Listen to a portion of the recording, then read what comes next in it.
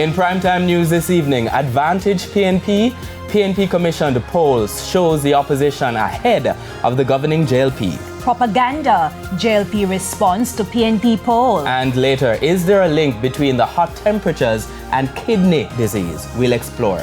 Good evening and welcome to Primetime News on air and online at onespotmedia.com. I'm Archibald Gordon. And I am Andrea Chisholm with a preview of what's to come in business news. Here's Javon Keys. Well, Andrea, Kingston Properties is looking to exit more projects quicker in a bid to unlock more value. I'll give the details a little later on. And Jordan Ford has a preview of what's coming up in sports. Well, Archie, GoFund who? The JFF has responded to reports that there's a GoFundMe page set up to help the reggae girls on their journey to the FIFA Women's World Cup. I'll give you the details in Primetime Sports Tuesday.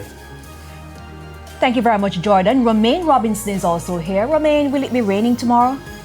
There's a very good chance it will be, Andrea. We are expecting showers in the afternoons for most of this week. And the heavier showers should be on the weekend when a tropical wave should be very close to the island. Feels like good news, but not so good news with the tropical wave. But before the break, the feedback question. This evening, we're asking, what are your views on the findings of the PNP commissioned Don Anderson poll? Share comments online, facebook.com/Television Jamaica, and tweet us at TVJ News Center. Stay with us. Primetime News returns right after this break.